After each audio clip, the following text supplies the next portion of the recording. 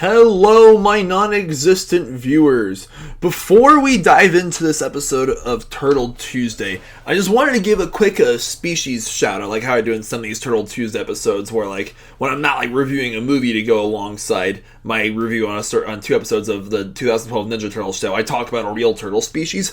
This past Sunday, I'm filming this video on June 10th. This past Sunday was June 8th, and it was World Oceans Day. I thought it would be a good time as a little belated World Oceans Day special on my channel. I'm going to talk about the leatherback turtle. I already made a video talking about the hawksbill turtle that we have here at the Columbus Zoo in a previous episode.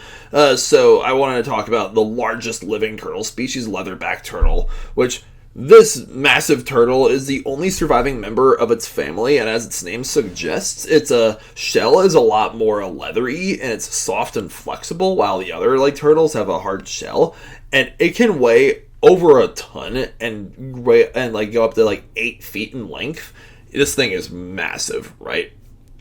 And the leatherback turtles have a very large range across all three oceans, the Atlantic, Pacific, and the Indian Oceans, and it's even strangely adaptable to a colder water. It can swim as far north as Alaska and Norway, and its food source is primarily jellyfish, which is very important that we stop throwing our plastic into oceans, because they tend to mistake plastic bags for their food source, jellyfish, and eat those instead of the jellyfish, which they choke on the plastic bags and die, the poor things. So please give a hoot, don't pollute. Alright, so I'm done watching episode 17 when Karai gets the super potent venom, and I'm currently on episode 18 of season 3 of 2012 Teenage Mutant Ninja Turtles, which is when the turtles are going back in time. They meet the super mysterious time witch, and there's the giant float face thing in the sky, which I can't tell if if that thing is scary or just funny. A giant floating face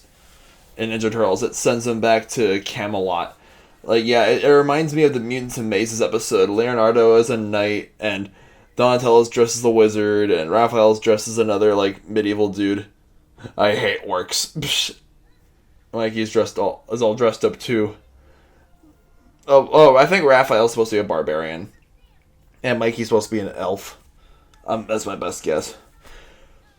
These are friendly goblins in the Western realms, very nice. But yeah, I like the Karai episode where Karai is hitting them with the venom with her snakes. She's reminding me a lot of the Naga from Indian mythology, which is half woman, half snake, and they're meant to be really seductive. I really like how this show draws inspiration, not just from science fiction with the mutants, with the ooze and everything, and the aliens and the robots and the Krang, but it has touches base on fantasy elements too. I'm not claiming that Karai is directly based on a Naga, but it just reminds me of that because I remember reading about those creatures in mythology books growing up. And now the evil demon scepter dude has the scepter. Scepter dude. That's not what his name is. Hee hee. Whoa! When did Mikey get so good with a bow and arrow? I'm at the let's see.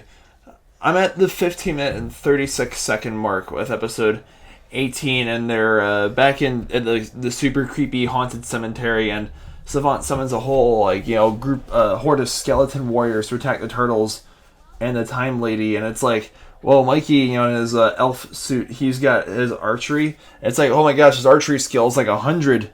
It's legendary status in Skyrim because he just gets 5 headshots in a row. While because skeletons, there's just so much potential for skeletons in fantasy fight scenes, because they're hypothetically really easy to kill because they're just made of bones. They just knock him over, right? And Mikey's in love with the chick they're riding together on the horse.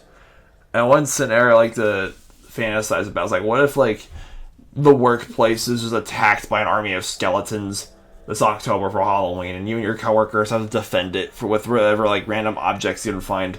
At the zoo, we got pitchforks, we got squeegees, we got shovels, we got brushes, a lot of just random tools laying around. So it's for Valhalla. So blah blah blah blah blah blah blah blah blah blah blah blah blah blah blah blah.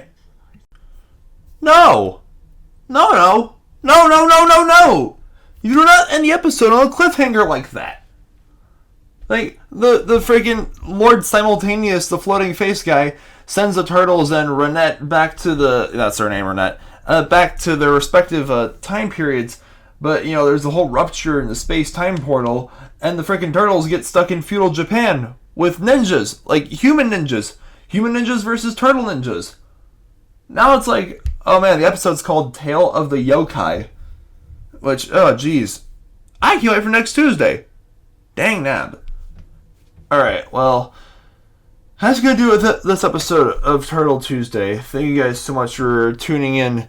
And yeah, it's, this summer, it's crazy. This coming Friday is going to be Friday the 13th. And next Friday, a week from that, is going to be a summer solstice. Man, this year, it's been a crazy one for sure. Yeah, I'm sure the second half is going to be... I need rest. Alright, you guys have a good night. Stay beastly.